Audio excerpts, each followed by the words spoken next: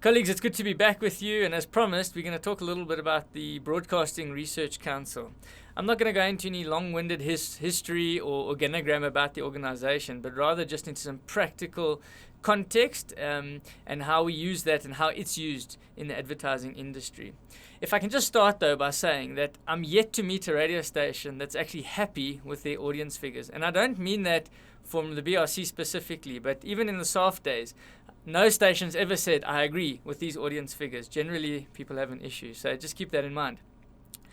The BRC is the recognized industry body for radio research in South Africa, but they don't claim to be anything other than what they are. So they use the funds that are contributed by your 1% MIT levy and the 1% contributed by all radio stations to fund a piece of research. The research is as comprehensive as we've ever had in South Africa.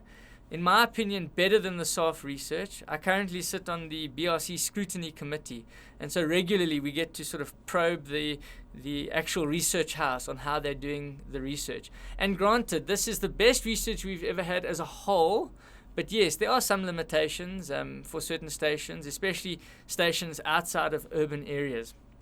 But they don't claim to be anything other than what it is. Just some more context. The 1% that community radio contributes to the research equates to about 500,000 Rand. If you look at what the commercial stations are contributing, it's well over 20 million Rand.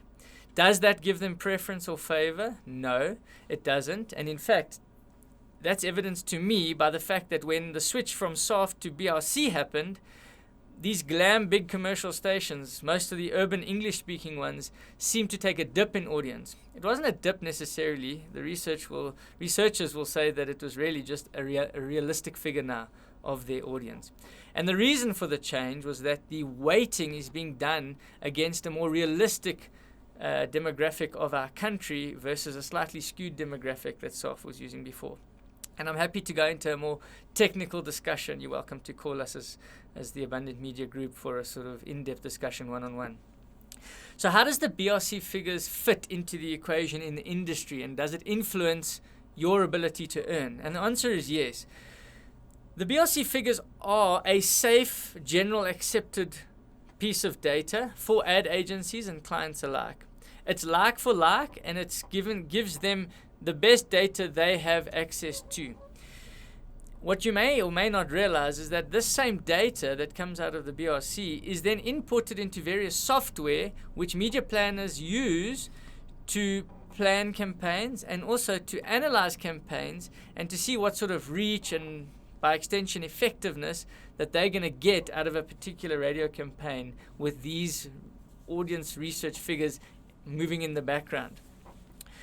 So the answer is yes, it is impactful. However, it's not the be-all and end-all of what advertisers use to determine whether they're going to use your station or not. So if you've got lucky and you somehow agree with your audience figures, lucky you, and the software will spew you out as an option in numerous occasions depending on the search criteria.